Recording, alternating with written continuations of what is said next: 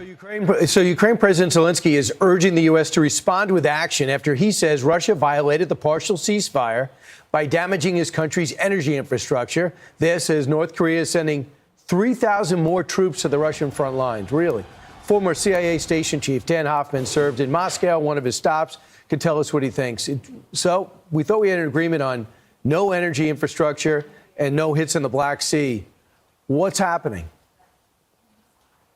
Well, Vladimir Putin will say one thing for media consumption. That's a lot of lies and obfuscation, and it's what he's been doing since he was in the KGB decades ago.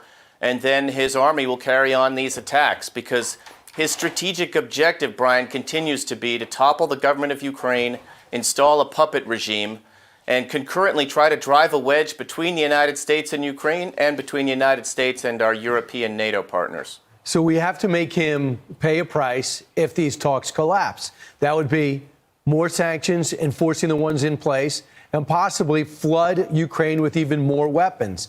There's got to be some type of hell to pay if Russia continues to be insincere to this point and try to do a delay a game with the talks, right?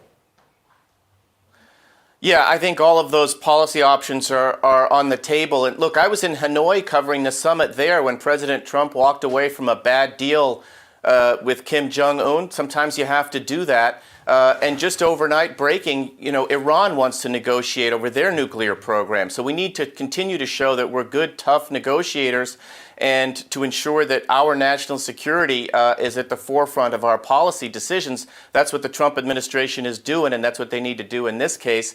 Europe will take the lead on defending their continent at the point of attack, and we can be there supporting them. Iran last night responded to the president's letter from a few weeks ago and said it's open to indirect nuclear negotiations with the United States, but rejects direct negotiations. So delay a game. We don't have much time to delay. It's going to be a tough decision. So here's what Vladimir Putin said about our plans with Greenland, tongue in cheek. We will now allow encroachments on the sovereignty. We will not allow encroachments on the sovereignty of our country and will reliably protect our national interests. What do they have to do with Greenland? Are they talking about Arctic?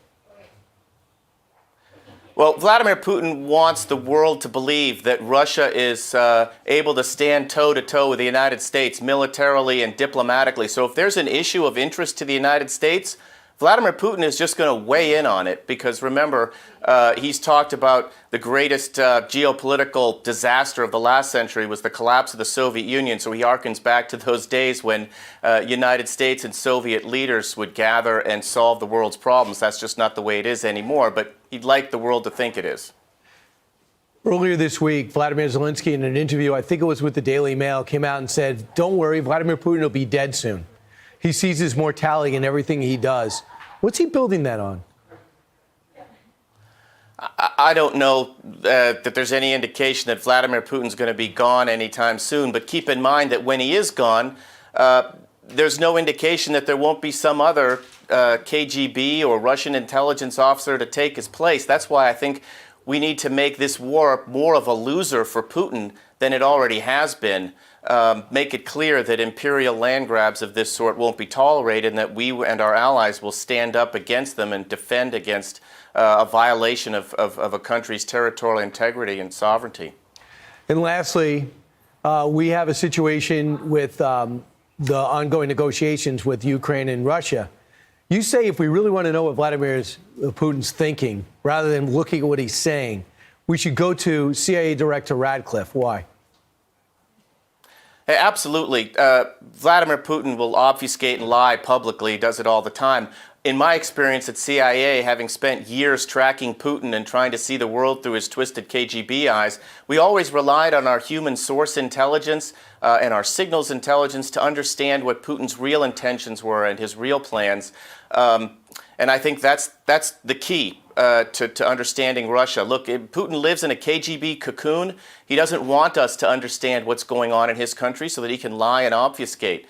But GCI Radcliffe has a great team behind him, and I'm sure the president is asking him every day for all of those secrets about Russia and Putin and his team. And I think President Trump's eyes are wide open. He was asked, what about Russia? Are they trying to just delay these talks and string him out? He said he might be. Okay?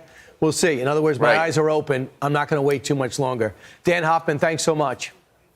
I'm Steve Ducey. I'm Brian Kilmeade. And I'm Ainsley Earhart. And click here to subscribe to the Fox News YouTube page to catch our hottest interviews and most compelling analysis.